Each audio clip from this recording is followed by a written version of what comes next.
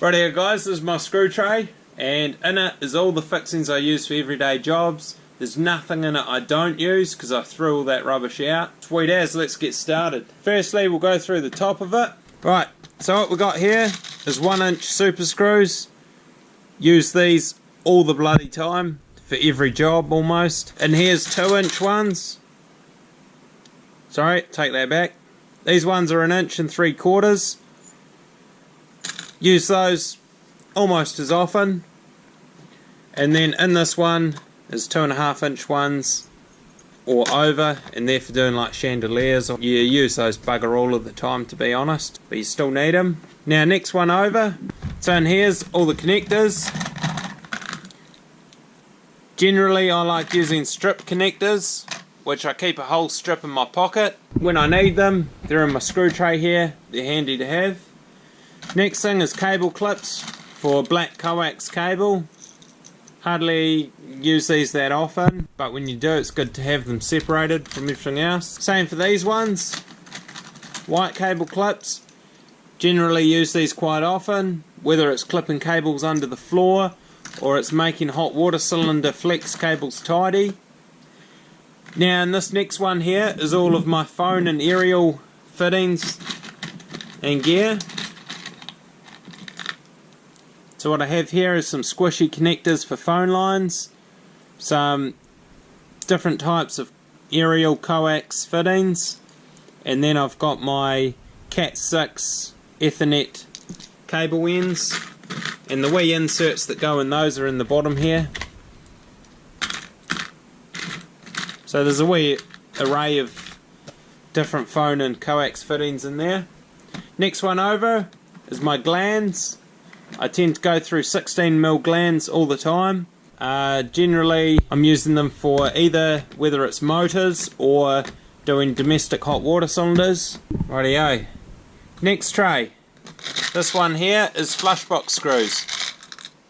So I keep all of the long ones as well, because you can cut them down to any length. And then there's also general sized ones in there. The other thing in here, put that down for a sec.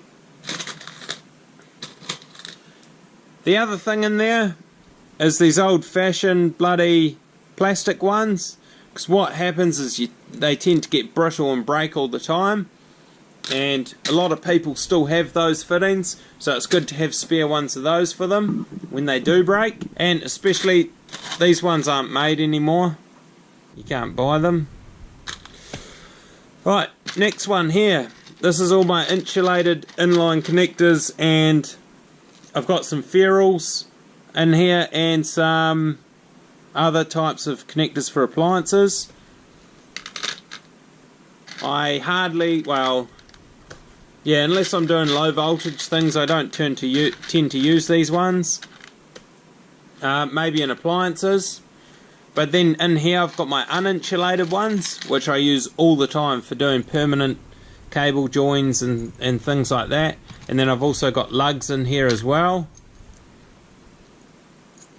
so they're very handy, and all different sizes, so from 1.5mm up to 6mm for your oven cables and things.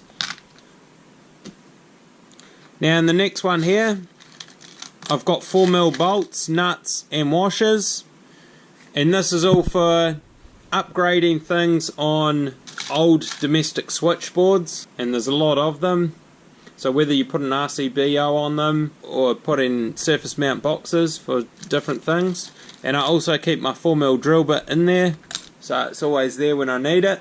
So this one here has got all my heavy duty wood fittings, tech screws, and I've also got some metal, so it's half full of these and half full of these wood ones.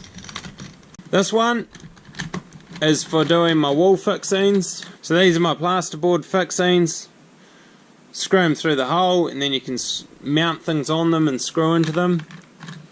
I do have a couple of toggles in here as well if I need to use those, but I try and steer away from them unless I really need to use them. Other end, all these 6mm wall plugs, all masonry stuff. I have got these 10mm ones. Probably never used them, to be honest. They've been sitting in there for a long time.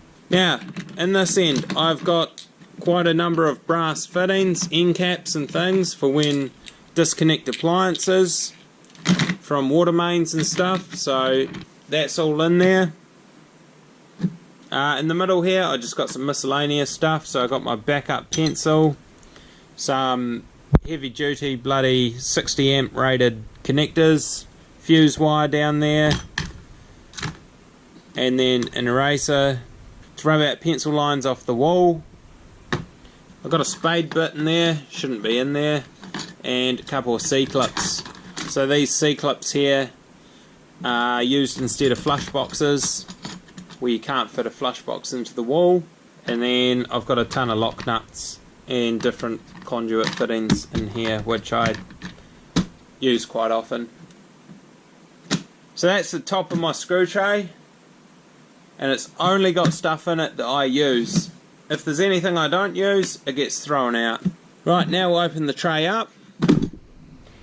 What I got in the bottom is my cable ties and all of my heat shrink. This is for doing permanent joins on cable, repairing cables, all that sort of stuff. Tend to use these every single week. And I've got my crimpers that live in here, Utilux ones. Always use the proper crimpers with your inline joins and lugs.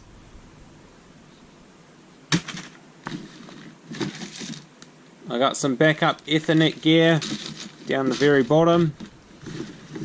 I've got my lockout gear and danger tags. And then I've also got spare labels for my label maker. And a couple of splitters for aerials. Shouldn't be in here. Don't know why they're in here. Doesn't matter.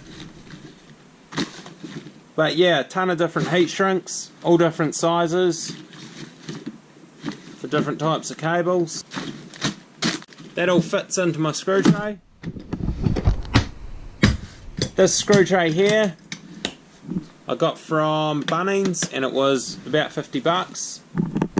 So I do actually highly recommend this screw tray. It's the best one I've ever brought. The only flaw with it is you've got to have the handle down to open it and close it. Otherwise it locks it. If you're doing electrical work, get these kind of fittings. So that's pretty much a tour of my screw tray.